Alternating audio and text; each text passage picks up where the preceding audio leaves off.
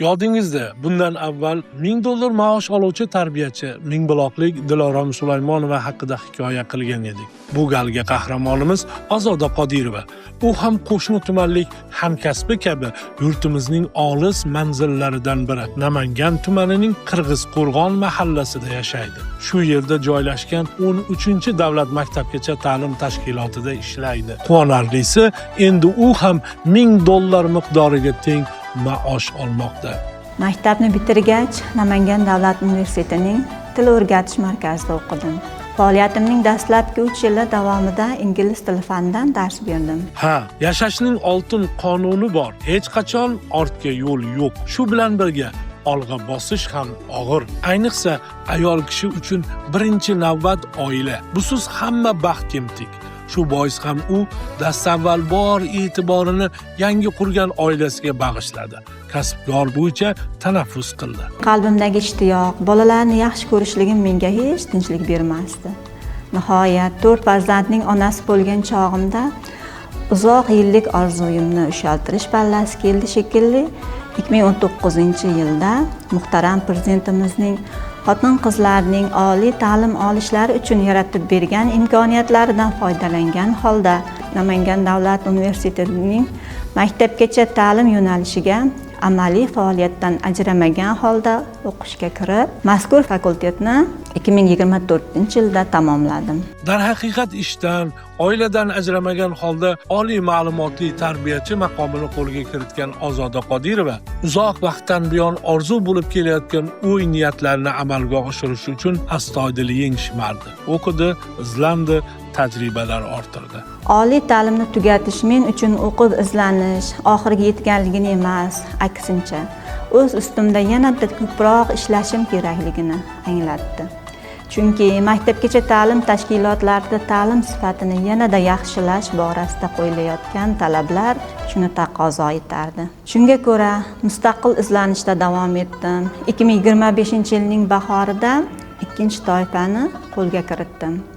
Oradan ko'p vaqt o'tmay, kuzgi attestatsiya sinovlarida 86% natija qayd etib, bir paytning o'zida ham birinchi toifani, shuning bilan birga 70% ustamani qo'lga kiritishga muvaffaq bo'ldim. Kim bilsin, niyat xayr, oqibat xayr deya shunga aytishar. Zero Ozodaning mehnatlari zoyi ketmadi. Ana endi u avvallari 3,5 million maosh olardim.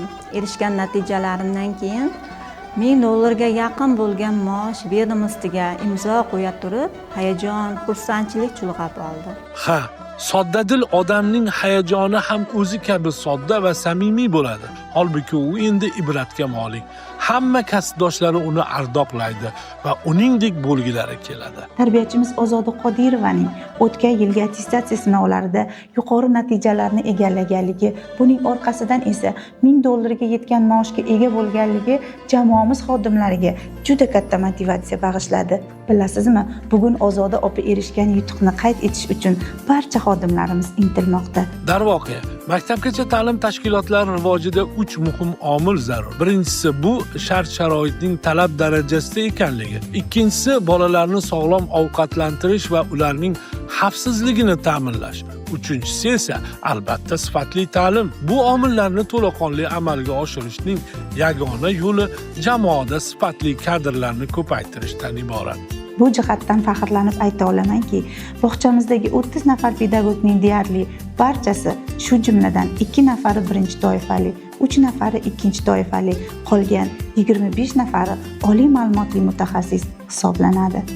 Bundan tashqari bog'chamizdagi yana 2 nafar yordamchi tarbiyachimiz Namangan davlat universitetida o'qiyapti. Shuningdek, 17 nafar yordamchi tarbiyachimiz, musiqa rahbari va jismon tarbiya yo'riqchisimiz prezidentimizning shu yil 5-fevraldagi 19-sonli farmonlarida belgilab berilgan 5+1, ya'ni dual ta'lim asosida oliy ma'lumot egallashga hozirlik ko'rishmoqda va eng muhimi, tashkilotimiz pedagoglari orasida kasbiy professionallikni o'zaro almashish, ustoz-shogirdlik an'anasini amalda qo'llash muhiti yaxshi shakllangan. Hamjihatlik eng go'zal ne'mat. Bu dargohga Ozoda Qodirovani yo'qlab borgan edik. Ne'tonki, uning qo'lga kiritgan yutuqlarini o'zinikidek bilib quvonayotgan butun bir jamoaga duch keldik. Ularning ko'zida balqib turgan xor, bu go'shadan Ozodaga o'xshagan professionallar hali ko'p yetishib chiqishidan dalolat berib turardi. Boz ustiga qahramonimizning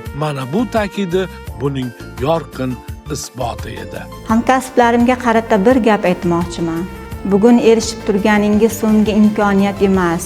Ayniqsa ta'lim sohasida amalga oshirilayotgan islohotlar, pedagoglar qadr-qimmatini tobora sarbaland etib turgan bir pallada bizning javobimiz faqat va faqat sifatli ta'lim berish bo'lib qolishi kerak.